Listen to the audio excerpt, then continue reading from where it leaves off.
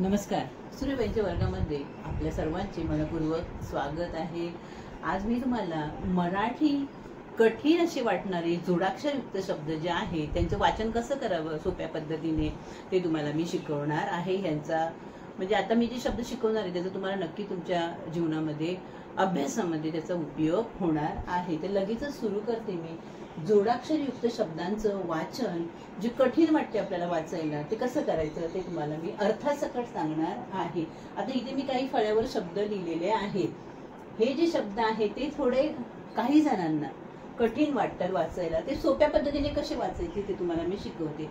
आता हा पहिला शब्द लिहिलाय मी औचित्य. औचित्य लिहिताना पण बघा कसं लिहिलंय. हा अ लिहिलाय. अ ला जो काना आहे त्या काण्यावरच दोन मात्रा लिहायच्या आहे. आलं लक्षात. काही जण लिहिताना हा ह्याच्या दोघांवर अशी ह्याच्यावर एक काना हे चुकीचं पद्धत आहे. लिहिताना काना जो आहे त्या काण्यावरच दोन्ही मात्रा यायला पाहिजे. हे औचित्य. औचित्य म्हणजे योग्य वेळ साधून बोलणं वगैरे त्याला औचित्य म्हणतात. आलं लक्षात. औदार्य. औदार्य वाचन कसं करायचं बघा. ह्याचं पण औदार्य. हा जो रफार आहे य वर दिलेला तो रफार ही जी दोन अक्षर आहेत त्यांच्या आधी मध्ये वाचायचंय. म्हणजे जो रफारचं वाचन आहे म्हणजे र त्याला य ला जोडलेला तो र आहे. आलं लक्षात. तो र ज्या अक्षरावर रफार आहे त्या अक्षराच्या आधी त्या रचा उच्चार व्हायला पाहिजे. औदार्य. दार्य असं त्याचा उच्चार मी केलेला आहे म्हणजे उदार. औस्तुक्य. औस्तुक्य हा स्तू लिहिलेला आहे स अर्धा काढून. औस्तुक्य म्हणजे उत्सुकता. दोन्हीचा अर्थ एकच होतो फक्त दोन वेगळे वेगळे हे शब्द आहे. औस्तुक्य आणि हे लिहिलंय उत्सुकता. आता त ला स जोडलेला आहे त्यामुळे तचं वाचन पहिलं करायचं. उत्सुकता हे त्याचं वाचन झालं. हा थोडा वेगळा शब्द आहे अश्वत्थामा.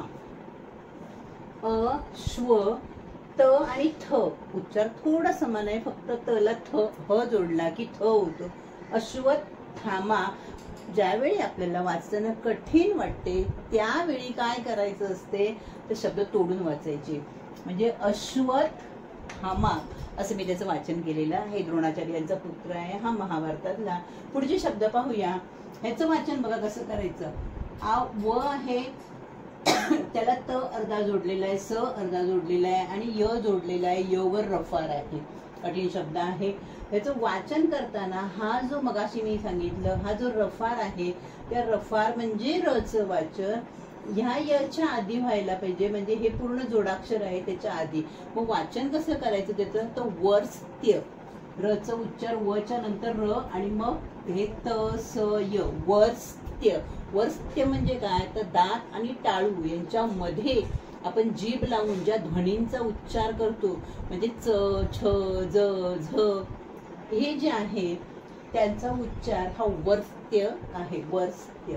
वर्ल्ड म्हणजे तुम्हाला माहिती जग. म्हणजे इथे ल आहे आणि ल ला ड जोडलेला आहे आणि त्याच्यावर रफार आहे. मग ह्या रचा उच्चार आधी करायचा वर्ल्ड. आलं लक्षात.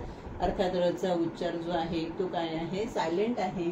तरी पण आपण मराठीमध्ये बोलताना इंग्लिशमध्ये ते वर्ल्ड म्हणतात. आपण इंग्लिशमध्ये मराठीत बोलताना आपण वर्ल्ड असंच बोलतो. हा वर्ड. वर्क. वर्ड म्हणजे जग. वर्क म्हणजे मिठाई बिठाईवर आपण जे वर्क लावतो चांदी बिंदीचं ते वर्क कव्हर करतो. वर्ज. रचा उच्चार मी आधी केला. वर्ज म्हणजे एखादी गोष्ट आपण काय करतो टाळतो टाकून देतो त्याला वर्ज म्हणतो. हे वर्चस्व. आलं का लक्षात. येतं उच्चार काय आहे वर्चस्व. म्हणजे एखाद्यावर आपण काय करतो वर्चस्व दाखवतो हुकुमशाही दाखवतो त्याला म्हणतात वर्चस्व. आता हे पुढचे शब्द आपण पाहूया. असेच कठीण शब्द जोडाक्षरयुक्त शब्द मी लिहिलेले आहे. इथे फळ्यावर लिहिले विध्वंस. वाचन दाखवते मी तुम्हाला कसं करायचं ते. विध्वंस. विध्वंस. विध्वंसन. आलं लक्षात. विध्वंस म्हणजे नाश. आलं लक्षात. सगळ्याचा नाश होणे. तर विध्वंस उच्चार कसा करायचा. ध ला व जोडला आणि व वर परत अनुस्वार सुद्धा आहे त्यामुळे उच्चार त्याचा होणार विध्वंस. विध्वंसक म्हणजे विध्वंस करणारा नाश करणारा. आणि विध्वंसन म्हणजे विध्वंसाची प्रक्रिया झालेली आहे त्याला म्हणतात विध्वंसन प्रक्रिया. विध्वंसन ही काय आहे विध्वंसाची प्रक्रिया आहे. पुढचे शब्द आहे उद्ध्वस्त. म्हणजे तोच प्रकार आहे सगळं उद्ध्वस्त झालेलं आहे नाश झालेला आहे. ऊर्ध्व. उच्चार बघा कसा करायचा. जसं मगाशी सांगितलं रफार आहे हा तर रफार म्हणून आधीच ज्या अक्षरावर रफार आहे त्याच्या आधी त्याचा रचा उच्चार व्हायला पाहिजे. ऊर्ध्व, ऊर्ध्व म्हणजे वर जाणे. उद्देश, आलं लक्षात. द ला द जोडलेला आहे. हा लिहिताना दोन प्रकारे लिहितात. द चा पाय मोडून पण दे लिहिला जातो किंवा ह्या द ला द जोडून असाही तो लिहिला जातो. उद्देश, वाचन द ला द जोडले उद्देश. उद्विग्न म्हणजे खूप चिडणे, रागवणे, त्याला उद्विग्न. द ला व जोडलाय. उद्विग्न. उद्धार, एखाद्याचा उद्धार करणे, त्याचं भलं करणे, उद्धार. आता हे जे न ला न जोडलेलं आहे हे समान उच्चाराचे शब्द आहेत. द आणि ध थोडं समान आहे. द आहे आणि हा ध आहे. उद्धार. हे जे न ला न जोडलेलं आहे. उन्नत, उच्चार कसा करायचा? उ न न त, उन्नत. आलं लक्ष. ह्याप्रमाणे अजून आपण पुढचे काही शब्द पाहणार. पुढचे अजून काही आपण कठीण शब्द की जे फळ्यावर लिहिलेले आहेत आणि त्यांचं तुम्हाला मी वाचन दाखवते. आता पृथ्वी हा शब्द तर तुम्हाला सगळ्यांना माहिती आहे, पण तो लिहिला कसा जातो? इथे हा र चे जे आहेत वेगवेगळ्या प्रकारे र अक्षरांना जोडला जातो. जसं ते अक्षर असेल त्याप्रमाणे जोडला जातो. आता हा जो प आहे त्याला हा खाली रुकार जोडलेला आहे. म्हणजे र आणि उ, रू, हा रू जोडलेला आहे. याला रू म्हणतात. याचा उच्चार काय होतो? रू. तर हा रू जोडला आहे त्यामुळे ते प्रू झालेलं आहे. आलं लक्षात. म्हणजे हे जे आहे ह्या प्रू ला जोडाक्षर नाही म्हणत. हे जोडाक्षर नाही आहे. कारण ह्याला जसं आपण प ला आ जोडल्यावर पा हे अक्षर तयार झालं. आलं का लक्षात? किंवा व्यंजन तयार झालं. ह्याला आपण जोडाक्षर म्हणणार का? नाही.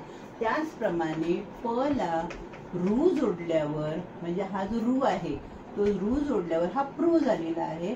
म्हणजे ते एक व्यंजन तयार झालेलं आहे, अक्षर तयार झालेलं आहे. ते जोडाक्षर मध्ये येत नाही.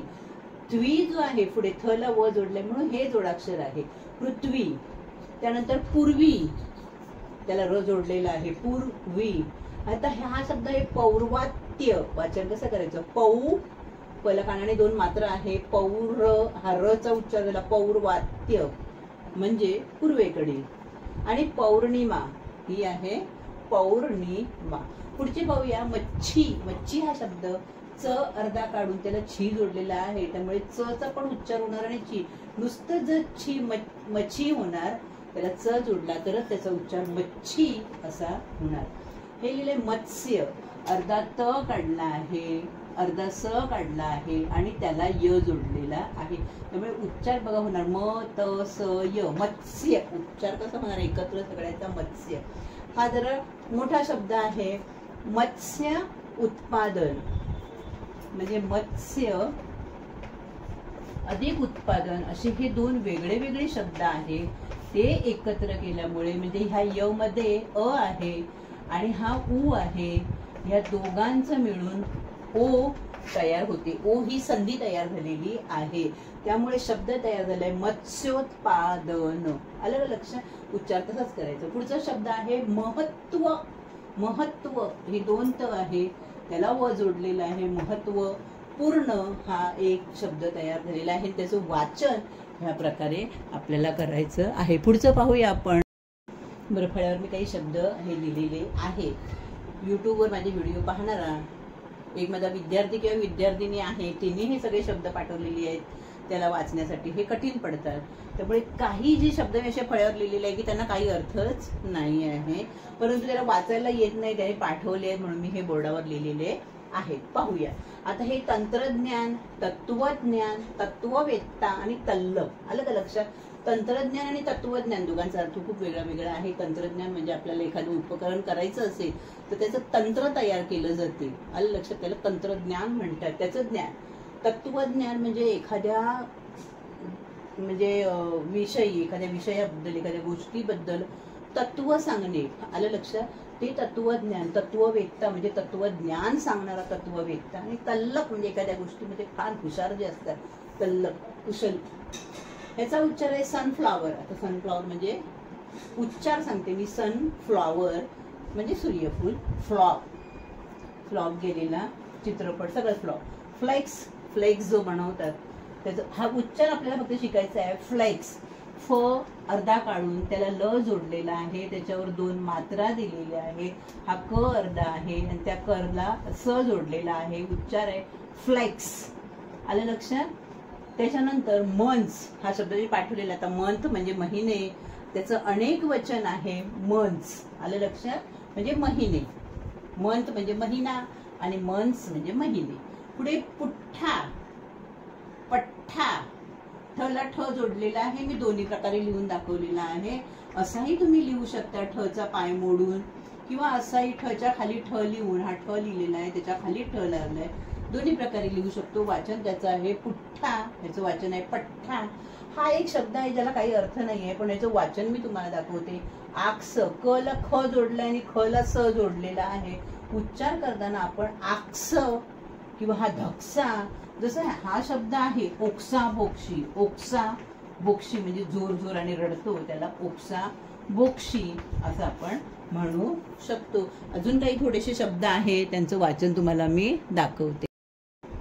पाहूया हे फळ्यावर मी अजून काही शब्द लिहिलेले आहेत. आता हा जो शब्द आहे साध्वी, ह्याचा उच्चार जो आहे तो साध्वी म्हणजे ध ला वी जोडलेला आहे.